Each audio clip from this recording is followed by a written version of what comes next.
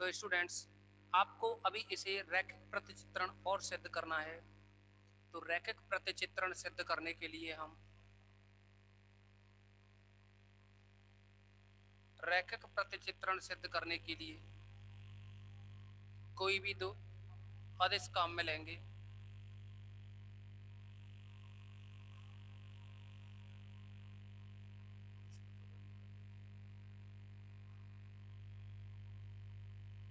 कोई दो अदिश लेंगे, मान लीजिए लैम्ब्डा और म्यू कोई दो स्केलर हैं। रैखिक प्रतिचित्रण सिद्ध करने के लिए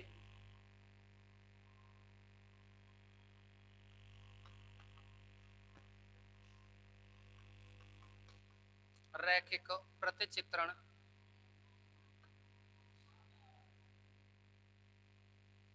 नेट, इसको अगर रैखिक प्रतिचित्रण सिद्ध करेंगे तो आपको पता है alpha you plus beta V is equal to alpha,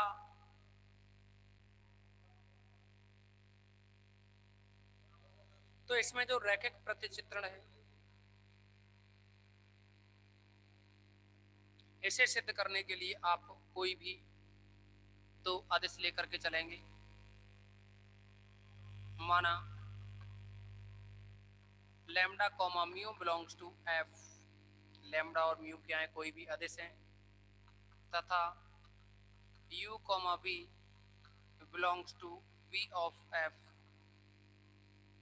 जहां u के बारे में आपको बताया u is equal to sigma i equal to 1 to n beta i vi, और v is equal to sigma i is equal to 1 to n alpha i vi।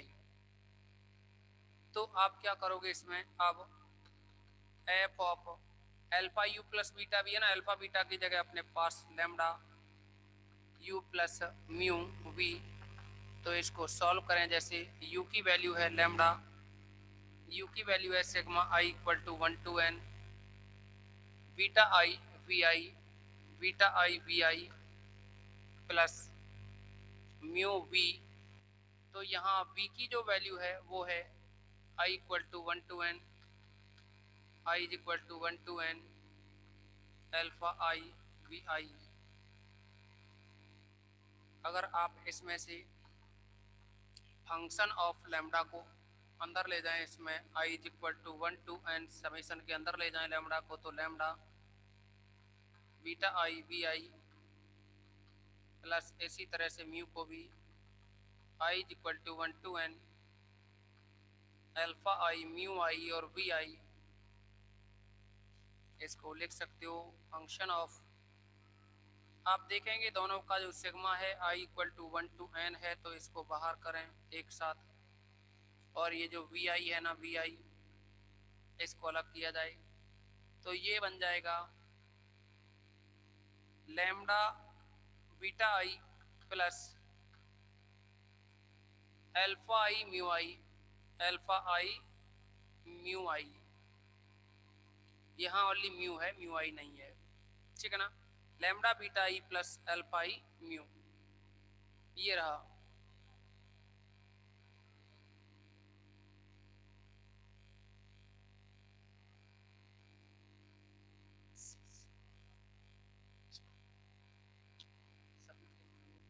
आप देखोगे इसमें कि ये जो i is equal to 1 to n lambda beta I plus alpha I mu, इसको आप function की डेफिनेशन के अकॉर्डिंग लिखें, क्योंकि जो फंक्शन की डेफिनेशन थी वो थी F of V is equal to alpha I alpha 1 alpha 2 alpha n। तो यहाँ क्या लिखोगे, इसमें i की जगह 1 रखेंगे तो ये बनेगा,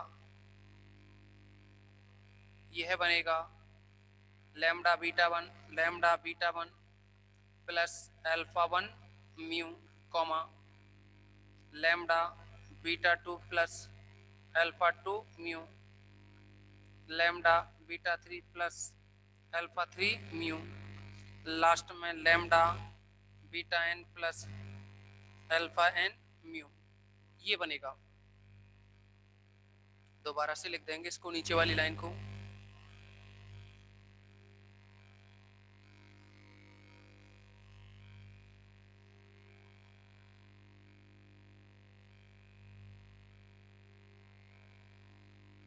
तो इसको हमने बताया, उस फंक्शन के अकॉर्डिंग बताया आपको कि फंक्शन, अभी आपको बताया कि यहाँ फंक्शन ऑफ v जो था वो alpha 1 alpha 2 alpha 3 alpha n के इक्वल था। तो इसके अकॉर्डिंग अपने पास अल्फा की जगह क्या है, ये लैम्डा बीटा 1 अल्फा 1 म्यू, अलग अलग करके लिखेंगे इसको, तो ये बन जाएगा इम्प्लाइज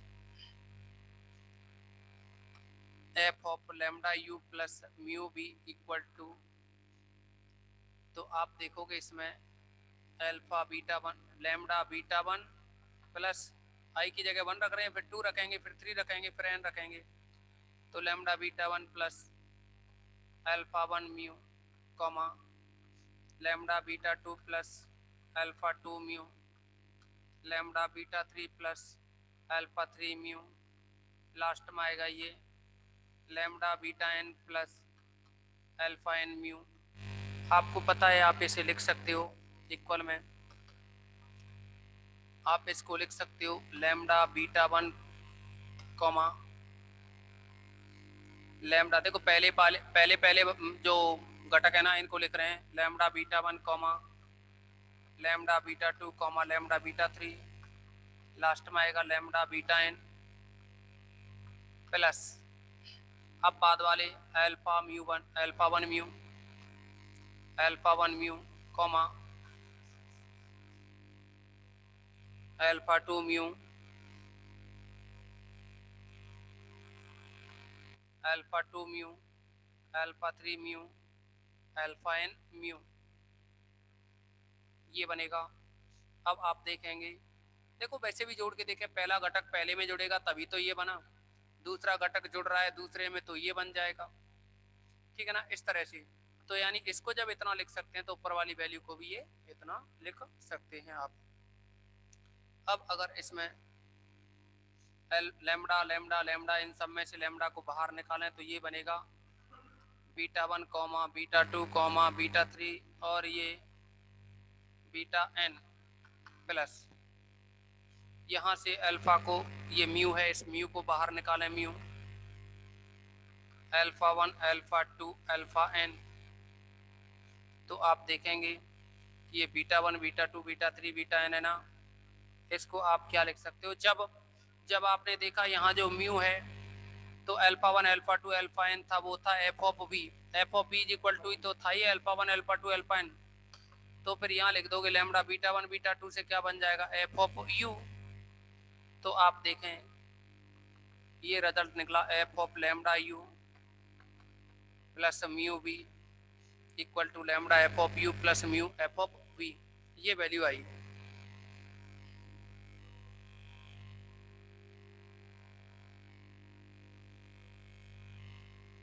तो इस कंडीशन के आधार पर हम कह सकते हैं कि जो एफ है वह रैखिक प्रतिचित्रण है।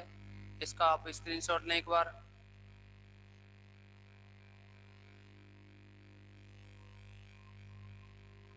इसको आप एक बार स्क्रीनशॉट लें तो आप देखोगे अब इसमें कि हमने क्या है रैखिक प्रतिचित्रण सिद्ध कर दिया ना।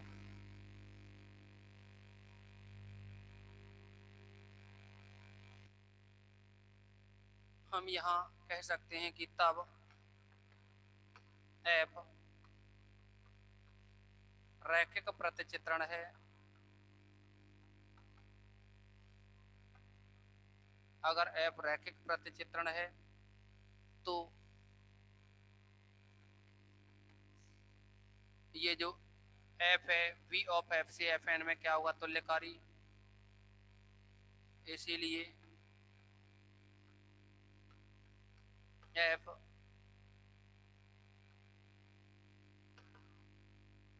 We of f to f n तुल्यकारी होगा, अर्थात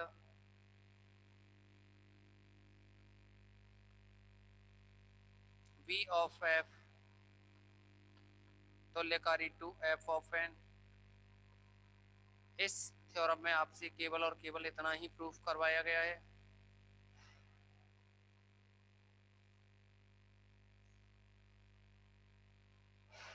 अब आप इस पर डिपेंड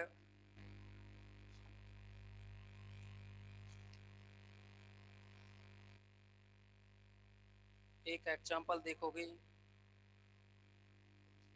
जो कि है आपका एग्जाम्पल 6। कल की जो क्लास थी ना उसमें आपको एग्जाम्पल दिए थे करने को, आपने किए होंगे। अगर एक आध रह गया हो तो हम इसमें से कुछ, जैसे कि क्लास में कहा था बच्चों ने सर समझ क्लियर नहीं आ रहा था, तो इस वजह से एक एग्जाम्पल और रिपीट कर देते हैं हम उसका।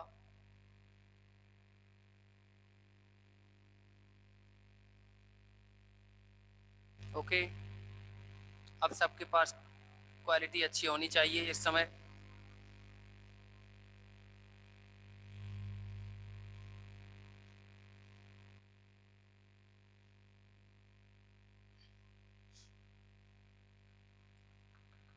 एग्जाम्पल 6 इसमें कहा है आपसे कि वी ऑफ आर वास्तविक संख्याओं आर पर समस्त समिश्र संख्याओं ए प्लस आयोटा बी का सदिश समष्टि हो, तो प्रतिचित्रण एफ, यानी एक प्रतिचित्रण दिया है,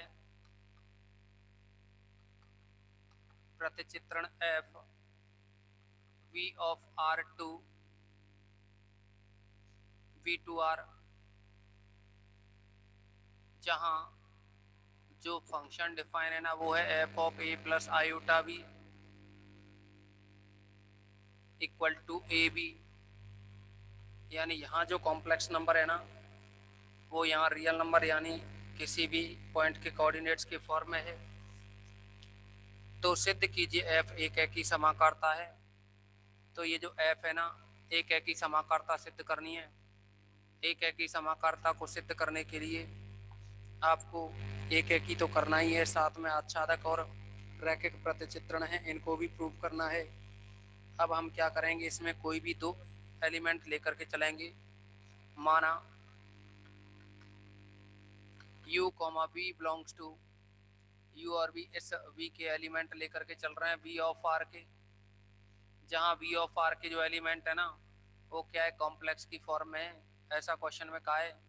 अर्थात v ऑफ r के जो एलिमेंट है a प्लस आयोटा b की फॉर्म में है। तो u v v के एलिमेंट लिए जहाँ जहाँ u का मतलब है a plus iota b, comma v का मतलब है c प्लस आयोटा d, और ये जो ए बी सी डी है ना वो फील्ड आर के एलिमेंट हैं, A B C D belongs to R. तो एक एक ही सिद्ध करने के लिए, एक एक ही सिद्ध करने के लिए माना F of you is equal to F of B. F of U का मतलब है, यू का मतलब है ए प्लस आयोटा बी बराबर एफ ऑफ बी का मतलब है F of C plus iota D. जैसा कि आपको फंक्शन डिफाइन किया गया है, आपको क्या है फंक्शन डिफाइन किया गया है कि F of A plus iota B is equal to A B. तो आप यहाँ ए प्लस आयोटा बी को लिख सकते हो A B, is equal to C plus iota B D को लिख सकते हो सी डी। इसका मतलब हुआ ए बराबर है सी के, A is equal to C और B is equal to D. अगर ये जो ए है वो सी के बराबर है और बी है वो डी के बराबर है, तो हम इसको लिख सकते हैं ए प्लस आयोटा बी बराबर सी प्लस आयोटा डी। यानी ये तो तभी होगा जब ए प्लस आयोटा बी और सी प्लस आयोटा डी बराबर हों। तो आप देखेंगे रियल पार्ट रियल के बराबर, इमेजनरी इमेजनरी के बराबर। तो अगर a plus iota b c plus iota d के बराबर है तो ए प्लस आयोटा बी का मतलब है U, C plus iota D का मतलब है बी। आप यहाँ से फाइनली ये निकालते हैं कि F of you is equal to F of b लेकर के चले तो u is equal to B आ गया, यू इक्वल टू क्या आ गया बी। अगर u इक्वल टू बी आ गया तो हम कह देंगे तब F we of are to we to R एक है की है। क्या हो जाएगा ये, एक है की अब इसको आच्छादक सिद्ध करेंगे। आच्छादक सिद्ध करने के लिए आप देखेंगे कि F of X is equal to Y की कंडीशन होनी चाहिए। क्या होनी चाहिए? F of X is equal to Y की। तो आप देखोगे यहाँ ये क्या है, एक तरह से ये कॉम्प्लेक्स नंबर समझोगे आप, क्योंकि उसने कहा है क्वेश्चन में कि ये बी आर है, वो सभी संख्याओं का समुच्चय है। तो वैसे भी देखो यहाँ F of A plus iota B जो कि इसका एलिमेंट होगा बी का, तो आप यहाँ लेकर के चलेंगे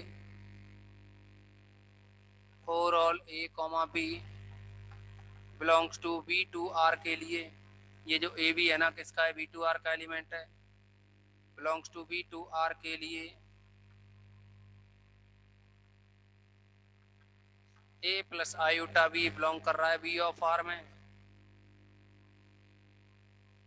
ए plus iota b belongs to b of r है, ताकि f of A plus iota B is equal to A b, तब एफ आच्छादक होगा। अब क्या है, ये क्या की हो गया, आच्छादक हो गया। रैखिक प्रतिचित्रण सिद्ध करना है हमें। इसमें रैखिक प्रतिचित्रण को सिद्ध करना है। रैखिक प्रतिचित्रण सिद्ध करने के लिए कोई भी दो अदिश लेकर के चलोगे। मान लीजिए वो अदिश हैं अल्फा बीटा और दो पॉइंट हैं यू बी, इनको लेकर के चलेंगे। तो आप ये कह सकते हैं इसमें, यदि alpha beta belongs to field R, field क्या है यहाँ एफ ना होकर के आर फील्ड है, ए अल्फा और beta belongs to capital R, तथा यू और बी जो एलिमेंट हैं, यू और जो बी एलिमेंट है ना, यू और बी जिनके बारे में आपको हम पहले भी डिस्कस कर चुके हैं यू बी के बारे में, u b belongs to v of r, यानी अल्फा बीटा आर के एलिमेंट है, उनके लिए u b belongs to r. तब f of alpha you plus beta b, तो आप देखेंगे यहाँ F of alpha alpha u, u का मतलब है यहाँ a plus iota b, a plus iota b comma plus beta, beta के साथ में वी, वी का मतलब है यहाँ सी प्लस आयोटा डी। तो आप देखोगे इसमें F of alpha A plus beta C, real part अलग कर रहे हैं प्लस इमेजिनरी पार्ट को अलग लिख रहे हैं alpha B plus beta D. तो आप इसको लिख सकते हो, जब ये ए और आयोटा बी है ना, तो इसमें ए बी के बराबर है, तो इसका मतलब इसको भी लिखोगे ना, तो ये बनेगा अल्फा ए plus b c comma alpha B plus beta d. इसको भी आप लिख सकते हो पहला पहले के साथ, यानी alpha a comma alpha B plus beta c comma beta D.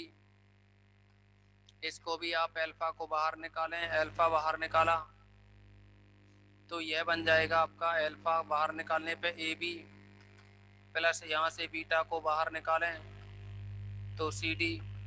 इस ए बी का मतलब होता है, ए बी का मतलब F of A plus iota B, तो यहाँ लिख सकते हो alpha F of A plus iota B plus beta C D का मतलब हुआ F of C plus iota D. यहाँ से ये अल्फा है और ए प्लस आयोटा बी को आपने यू कहा है, ए प्लस आयोटा बी को क्या कहा, यू, प्लस बीटा यहाँ सी प्लस आयोटा डी को कहा है आपने वी। तो आप देखेंगे कि रैखिक जो प्रतिचित्रण की कंडीशन होती है ना, रैखिक जो प्रतिचित्रण है उसकी कंडीशन सेटिस्फाई हो गई, तो हम ये कह सकते हैं कि तब एफ यू से बी में एक रैखिक प्रतिचित्रण होगा, या तब एफ एक रैखिक प्रतिचित्रण है। एक रैखिक प्रतिचित्रण है। और अगर रैखिक प्रतिचित्रण हो गया ये एक एकी आच्छादक भी है तो हम कह देंगे कि एक एकी समाकारता है। अतः एफ एक एकी समाकारिता है।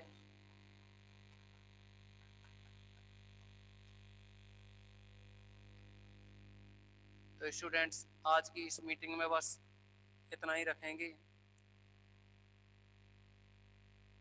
ओके।